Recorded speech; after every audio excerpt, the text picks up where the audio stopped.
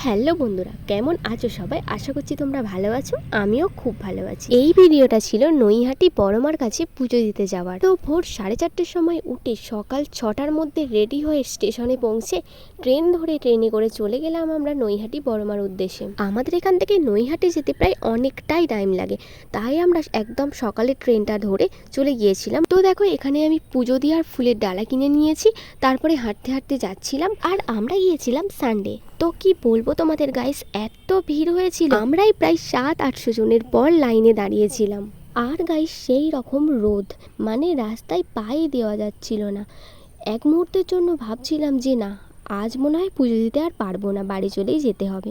কিন্তু ওই যে মনের জোর, আমাদের মনের জোর ছিল বলে সেই দিন আমরা 700-800 জনের পর লাইনে দাঁড়িয়ে পুজো দিয়ে তবেই বাড়ি ফিরেছি। তো তারপর শেষ মুহূর্তে এসে একটু মেঘলা হলো, এত কষ্টের পর শেষমেশ পেলাম। ভিতরে ঢুকে যখন মায়ের মুখটা দেখলাম, সত্যি একটা আলাদাই শান্তি এলো মনে। তোমরাও পারলে একবার বড়মার কাছে ঘুরে যেও, তোমাদের সব মনস্কামনা পূর্ণ করে দেবে। তো তোমরা কমেন্টে একবার বলে যেও জয় বড়মা।